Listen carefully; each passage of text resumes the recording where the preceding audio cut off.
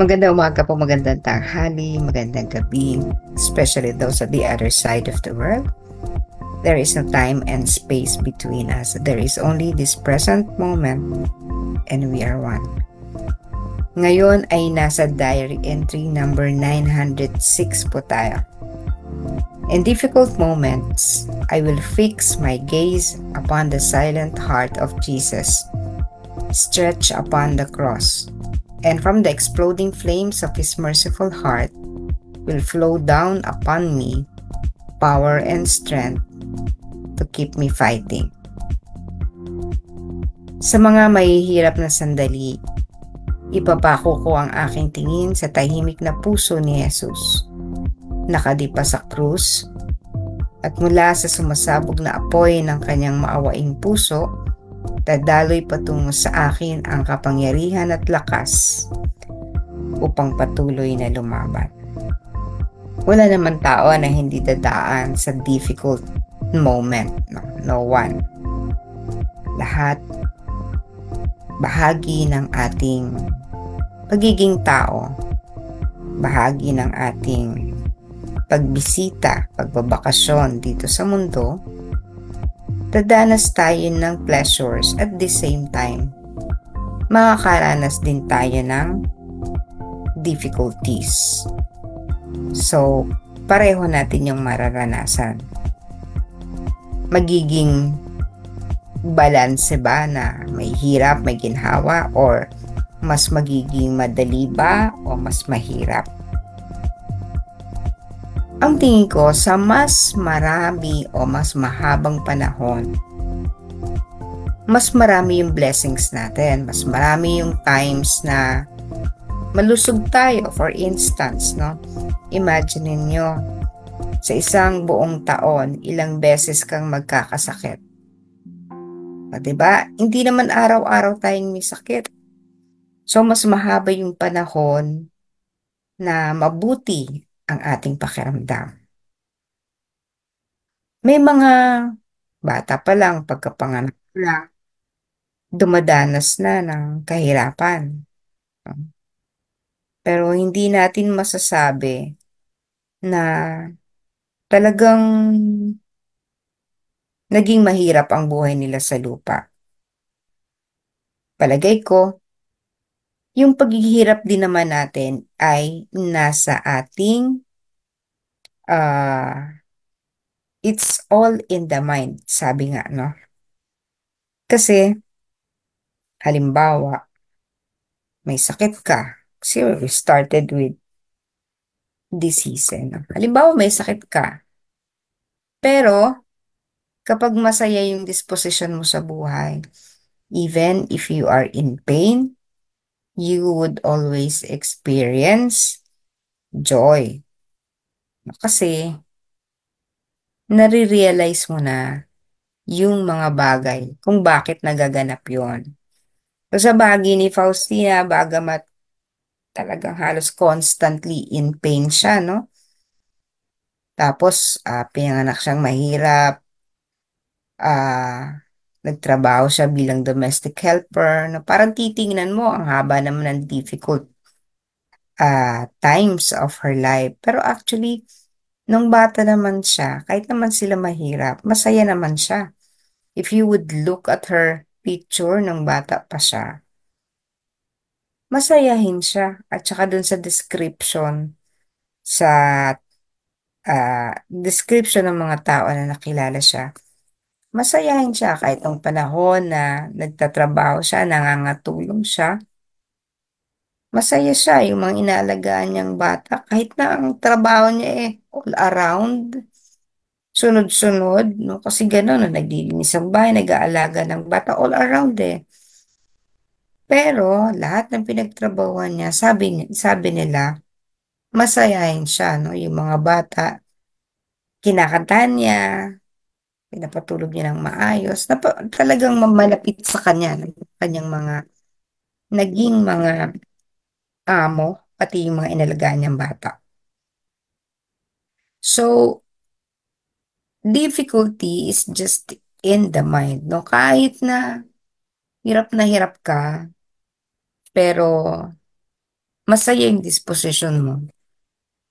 No? Parang, alam niyo, nung when I was in Mindanao, syempre yung talagang nakahalubilo ko doon, syempre mahihirap talaga dahil yung assignment ko is to help the poor and marginalized sectors, specifically yung mga farmers.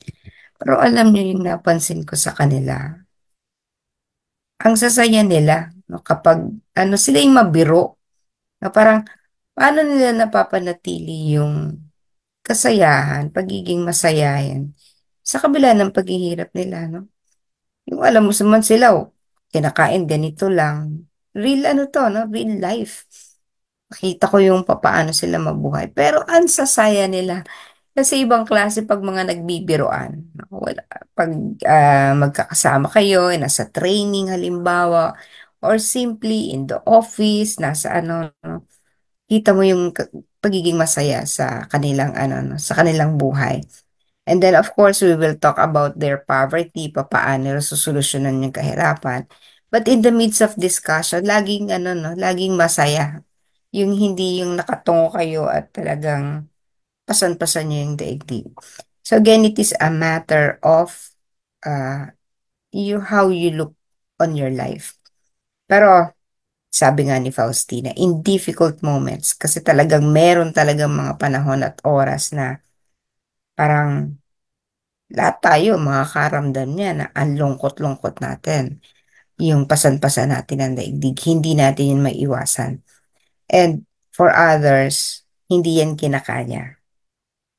For others, they would simply end their life. No? Maraming ganon. So, yung rate na ating suicide halimbawa sa mga kabataan medyo mataas, no? Kasi hindi sila natitrain. Yung kanilang spiritual muscles hindi lumalaki dahil konting ano ba, konting pitik lang sa kanila bumibigay na because they were not trained or brought up. Hindi sila pinalaki na matatag. Kasi very protective parents, halimbawa, or parents who are not able to really attend to the children because of the busy life, no? Yung mga working parents, mga ganon, no? And other factors. Pero kay Faustina again, but pag binalik natin, in these difficult moments, I will fix my gaze upon the silent heart of Jesus. Ibig sabihin, she too has to be silent. Pag tumingin siya sa puso ni Jesus, that heart which was pierced by a spear, yung puso na yon na sinibat ng Romanong sundalo. The heart that poured out. After piercing that heart, blood and water flowed out. Dumaloy ang banal na dugo at tubig mula sa kanyang puso. At nung sinibat siya, even throughout of his ordeal upon the cross, may 7 last words, di ba? Alam natin, 7 last words. So, ibig sabihin, all throughout, hanggang siya ay mamatay ng 3 o'clock, he was silent. Jesus was silent. Kasi alam niya eh. Alam niya yung kanyang destiny. Alam niya kung ano yung mission niya. Alam niya kung anong mangyayari sa kanya. Kaya nga nung papalapit na yung oras, di ba? Kasi siya ay tao. Di ba? Hindi naman siya talaga Diyos lang. Siya ay tao. So alam niya, may feeling of pain din siya. Dun sa description, di ba, po mga patak talaga, ay malalaki yung patak ng pawis. Ibig sabihin, gabi yun ha. Siyempre, pag gabi, hindi naman gawang kainit. Ibig sabihin, alam niya kung anong mangyayari sa kanya. There was also this fear, no? Pero yung kanyang takot na yun, hinarap niya. Kung dati nakakatakas siya dun sa mga tumutugi sa kanya, this time, ibinigay na niya yung sarili. Kasi yun yung ano, Yun yung nakasulat. Yun yung prophecy. Yun yung kailangan niyang gawin. So hanggang doon sa mamatay siya sa krus, he was silent. Never complained about it. Tinanggap niya ng buong buo. And from the exploding flames of his merciful heart, sabi ni Faustina, dalawa no? Kasi nagmi-mix dito yung imahe ng Sacred Heart na merong ano no, na mayroong puso tapos ay may tinik at may apoy. That's the image of the Sacred Heart. And the heart and the crucified Jesus, no, ang ipinakong Jesus, kung saan dumaloy ang banal na dugo at tubig. So this is more closely related to the divine mercy. Bagamat kasi nakapako yun, di ba? Hindi, ang divine mercy naman, di naman nakapako na kasi ano na to, no? Napagtagumpayan na niya. So, resurrected Christ na ang divine mercy. So, dalawang image, the one is the Sacred Heart and the other one is closer to the image of the divine mercy. Yung sabi niya doon, will flow down upon me the power and strength. No, ano yung power na mag-flow down mula sa kanyang puso? That is definitely the blood and water. That is where our power will come from during difficult moments. Kaya napakahalaga, unang-una, stillness, be silent, meditate on the passion of Jesus. Kasi yun yung difficult moments for Jesus na nalagpasan niya. So, ipagkakaisa natin yung ating difficulties, sufferings, pains, to the sufferings, difficulties of Jesus. Kapag naipagkaisa natin yan, yung ating mga sufferings and difficulties to the sufferings of Jesus, we are able to partake o nakakabahagi tayo sa kanyang paghihirap. Para saan ba ang paghihirap ni Jesus? Ang paghihirap ni Jesus ay para sa kaligtasan ng sanlibutan. Hindi lang ng isang tao, kundi buong sanlibutan. And it is happening at this very moment. Hindi lang yan nangyari 2,000 years ago. It is happening at this very moment. So, ibig sabihin, kapag ipinagkaisa natin yan, tayo mismo ay nagiging instrumento ng pagliligtas ng maraming kaluluwa by just simply uniting our sufferings to the sufferings of Jesus. May sakit ka, katulad ng sinabi ko kahapon. May sakit ka, offer mo yung sakit kay Jesus. And you know what will happen kapag pinagkaisa mo yan sa paghirap ni Jesus. Hindi lang kaluluwa mo yung nalilinis, nakapagliligtas ka rin ng ibang kaluluwa. And you have to will that intention. Ibig sabihin ng will it. Specific, no? Inialay ko ang aking sufferings for these souls. Wala kang maisip na souls, iniaalay ko ang aking sufferings for all the souls, especially those in purgatory or especially those in the hospitals, especially those who are in pain, sa mga ganon. No? You have to will it and be specific. So that would be the purpose no, noong ating sufferings. And that is also meant to cleanse us. So unang-una, lilinisin tayo ng mga sufferings natin.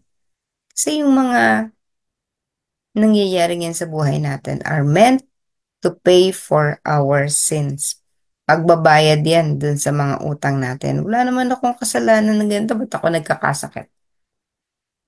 We really could not anymore take account of all the sins we have committed in our entire life. Hindi na natin kayang kwentahin lahat yan. But the Lord is exact. Hindi niya kailangang isulat lahat yan. It is all recorded in the book of life.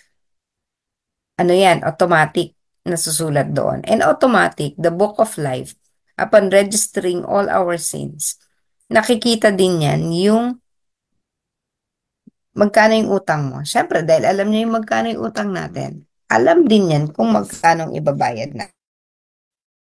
So, the form of payment is, kaya pag nagkasakit tayo, it is meant to pay for our debts, yung mga utang natin. So isipin mo na lang you are paying for your debts, and because you are paying for your debts, eventually, makakaraos ka sa utang mo. Yung parang, again, kung may utang kang pera, maganda yung pakiramdam na nakabayad ka sa utang mo. Kesa yung nangutang sa'yo, patuloy kang sinisingil at naiinis sa'yo dahil hindi ka nagbabayad. So when you are able to settle your debts, maganda sa pakiramdam. Again, sufferings are meant to cleanse us dahil nakakabayad tayo sa ating mga utang. Pangalawa, it is a muscle flexing part or point in our life. No? Pag nagma-muscle flexing tayo, nagigising yung mga muscles na yung mga cells na yan, at patuloy yang lumalago. No? Parang nag-workout ka sa gym, patuloy ka nagaganon, nagbubuhat ka halimbawa, or you do workouts, yung muscle mo lumalakas, yung muscle mo lumalaki. Kapag malaki yung muscle, you have more power, you have more energy. No, mas malaki, 'di ba? Yung mga nagli-lift, yung weightlifting, kailangan malaki ang muscle nun. Kasi kung walang muscle yun, paano yan maililift? So, it is a muscle flexing and muscle forming activity for us, the difficult moments in our life.